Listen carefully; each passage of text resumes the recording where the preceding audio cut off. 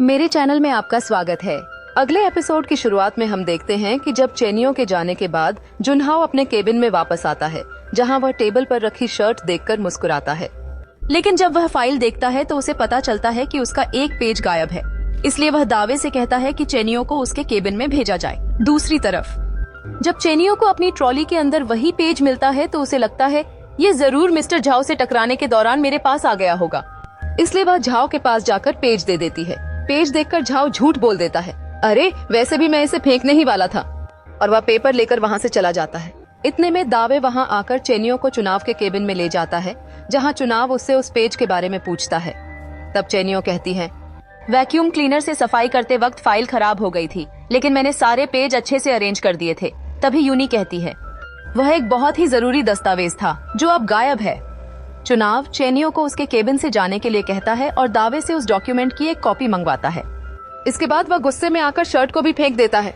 बाहर आकर दावे चेनियो को बताता है, यह एक टॉप सीक्रेट डॉक्यूमेंट है, अगर यह लीक हो गया तो हम बहुत बड़ी मुसीबत में फंस जाएंगे। इसलिए चेनियो अब उस दस्तावेज को खोजने लग जाती है। इतने में वहाँ ताइचू आता है। फिर दोनों मिलकर उसे ढूंढने लगते हैं, लेकिन काफी ढूंढने के बाद भी उन्हें वह दस्तावेज नहीं मिलता। इसलिए ताइचू चेनियो को अपने घर ले जाता है। दूसरी तरफ कार में चुनाव दावे से कहता है, कल चेनियो को काम से निकाल देना। यूनी बोलती है, वो ताइचू के साथ आई है तो हम उसे ताइचू की असिस्टेंट बने रहने देंगे। यह कहकर वह उसे वेडिंग डेकोरेशन वगैरह दिखाने चली जाती है। अगले दिन सैनवेल कंपनी में आदा चेनियो के पास आती है और उसे उसकी गलती के लिए फायर कर देती है। इस वजह से वह उदास होकर ताइचू के पास जाती है।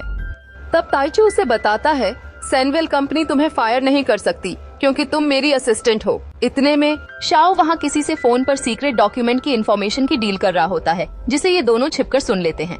ताइचू के पूछने पर चेनियो बताती है, कल मैंने झाओ को एक डॉक्यूमेंट दिया था। तब ताइचू उसे बताता है, झाओ अच्छा आदमी नहीं है, वो पैसों के लिए कुछ भी कर सकता है। यह सुनकर चेनियो शॉक्ड हो जाती है। दूसरी तरफ मिस्टर जांग शू से उसके अगले मूव के बारे में पूछते हैं। तब शू बताता है, जुनहाओ ने मार्व के खिलाफ कंपटीशन स्ट्रेटेजी वाला डॉक्यूमेंट खो दिया है। तब झांग कहते हैं, अगर ये बात लीक हुई और बोर्ड को पता चला तो सारा ब्लेम जुनहाओ पर आएगा। अगले सीन में हम देखते हैं कि चेनियो मिस्टर झाओ का पीछा कर रही होती है। जब झाओ पानी पी रहा होता है तो चेनियो जानबूझकर उससे टकरा जाती है और उसका फोन चुरा लेती है। तभी वहाँ आदा आ जाती है और चेनियो से कहती है, तुम फायर होने के बाद भी काम क्यों कर रही हो? तब चेनियो जवाब देती है, मैं आज के लिए काम करूंगी और फिर चली जाऊंगी। इसके बाद चेनियो जल्दी से जाकर वो फोन ताइचू को दे देती। ताइचू फोन अपनी एक जूनियर एक्सपर्ट को देता है, जिससे फोन को हैक करने के लिए कहता है। हैक करने के बाद वह बताती है, अब से इस फोन में रियल टाइम कॉल्स और ईमेल्स भी आ जाएंगे। जाते जाते वह यह भी बताती है, मार्व की कंपनी मनी लॉन्ड्रिंग के पैसे छुपाती है। इसका मतलब है कि वह बहुत बड़ा फ्रॉड इंसान है। फिर चेनियो वो फोन वापस झाओ को देने के लिए जाती है, जो कि अपना फोन ढूंढ रहा था। तो वह उसका फोन देकर बोलती है, तुम्हारा फोन यहाँ टेबल पर पड़ा हुआ था, इसलिए मैंने उठा लिया। झाओ फोन वापस लेकर वहाँ से चला जाता है। फिर चेनियो वापस ताइचू के पास आती है, जहाँ उन्हें पता चलता है कि झाओ ने पहले भी मार्व के साथ सनवेल कंपनी के सीक्रेट्स शेयर किए हैं, लेकिन पहले उन्हें वह फाइल ढूंढनी होगी ताकि वे चुनाव को उसकी सच्चाई बता सकें। अब क्योंकि काफी देर हो जाती है, इसलिए ताइचू चेनियो को अपने घर ले जाता है। घर पहुंचकर चेनियो काफी हैरान हो जाती है, क्योंकि उसके घर में काफी सारी इम्पोर्टेंट चीजें थीं और वह बहुत सारी कंट्रीज भी घूम चुका था। फिर वे दोनों कॉल आने का इंतजार करते हैं, लेकिन डर की वजह से चेनियो सोफे पर ही सो जाती है। तो ताइचू उसे उठाकर बेडरूम में ले जाता है ताकि वह अच्छे से सो सके। उसे सुलाने के बाद वह खुद सोफे पर सोने के लिए चला जाता है। अगले दिन जब चेनियो उठती है तो देखती है कि ताइचू ने पहले से उसके लिए ब्रेकफास्ट तैयार किया हुआ था। इसके बाद दोनों साथ में ब्रेकफास्ट करते हैं। वहीं ताइचू उसे अपने अपार्टमेंट की चाबी देता है ताकि वह जब चाहे यहाँ आ सके। फिर कुछ देर बाद ताइचू और चेनियो कंपनी में झाओ की बातें सुनते हैं, जहाँ वह डॉक्यूमेंट की डील करने के लिए कहीं जाने वाला होता है। चेनियो चुनाव को ये बात बताने की कोशिश भी करती है, लेकिन चुनाव उसकी कोई बात सुने बिना वहाँ से चला जाता है। तो ताइचू दावे से मदद मांगता है। फिर दावे की चुनाव को उस जगह पर लेकर जाता है जहाँ ताइचू ने उसे बताया था। वह चुनाव से कहता है, मीटिंग की लोकेशन बदल गई है, लेकिन वहाँ जब चुनाव ताइचू और चेनियो को देखता है तो दावे चुनाव से कहता है कि अब उसे उन पर भरोसा करना चाहिए।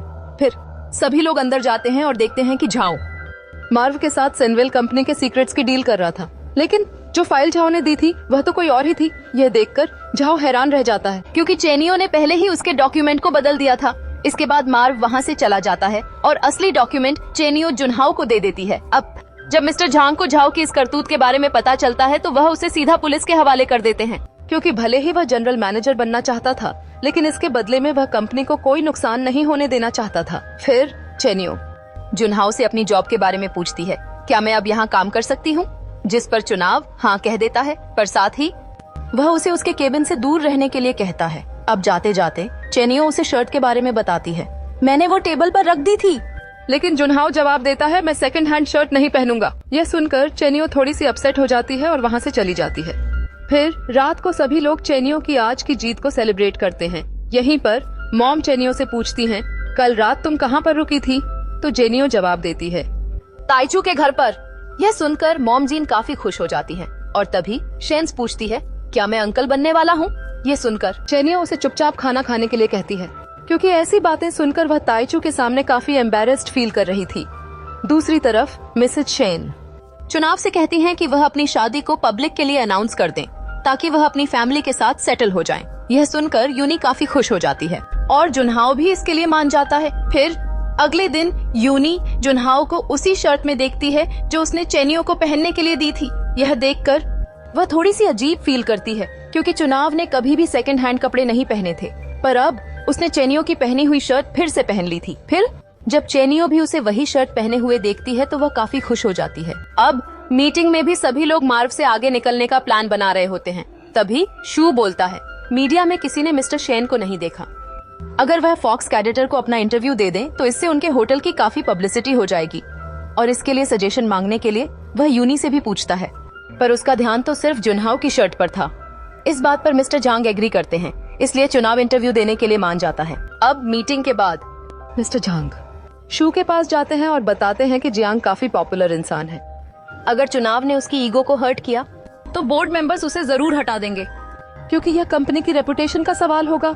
नेक्स्ट सीन में जब यूनी चेनियो को काम करते हुए देखती है तो वह उससे पूछती है, तुम यहाँ पर काम क्यों कर रही हो? तब चेनियो जवाब देती है, मैं प्रोफेशनली ट्रेन होकर गाउनमैन को संभालना चाहती हूँ।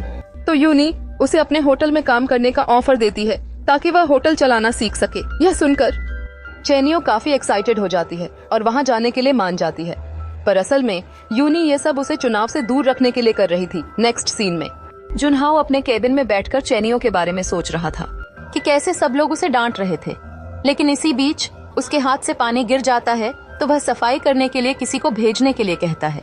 उसकी नजरें सिर्फ दरवाजे पर टिकी हुई थी, क्योंकि उसे लग रहा था कि चेनियो वहाँ आएगी, पर उसकी जगह वहाँ कोई और सफाई करने के लिए आ जाता है। इतने में ताइचू वहाँ गाउनमैन के आयरन प्लानिंग को देखने के लिए आ जाता है, जहाँ वह जुनहाओ से एक डॉल्फिन पार्क बनाने के लिए भी कहता है ताकि और भी टूरिस्ट अट्रैक्ट हो सके। इस पर जुनहाओ कहता है, मैं इस बारे में सोचूंगा। फिर ताइचू वहाँ से जाते वक्त चुनाव को उसकी शादी के लिए कॉन्ग्रेचुलेट करता है और बोलता है, शादी में चेनियो और मुझे बुलाना मत भूलना। दूसरी तरफ यूनी को भी सभी स्टाफ मेंबर्स उसकी शादी के लिए कॉन्ग्रेचुलेट करते हैं। तभी वहाँ पर शू यूनी को अपने साथ ले जाता है और कहता है, अगर तुम शादी को लेकर श्योर नहीं हो तो तुम्हें दोबारा से सोचना चाहिए, क्योंकि मेमोरी लॉस के वक्त जुनहाओ ने चेनियो से प्यार किया था। यह बात सुनकर यूनी थोड़ी डर जाती है, पर सोचने के बाद जवाब देती है, जब मैंने बचपन में अपनी आंखें खोली थी तब मैंने चुनाव को अपने पास पाया था और तब से मैं उसके साथ अपनी पूरी जिंदगी बिताना चाहती हूँ। इस पर शू कहता है, हो सकता है ये तुम्हारे बीच का सिर्फ एक फैमिली बॉन्ड हो जिसे तुम प्यार समझ रही हो। पर यूनी यहाँ पर शू को यही अपना फाइनल डिसीजन बताती है और इसी के साथ ये एपिसोड यहीं पर खत्म हो जाता है। तो गाइस, ये थी आज की वीडियो। उम्मीद है आप लोगों को ये वीडियो पसंद आई होगी, तो इस वीडियो को लाइक करके चैनल को सब्सक्राइब जरूर कीजिए। आपसे मिलते हैं अगले एपिसोड में, तब तक के लिए गुड बाय।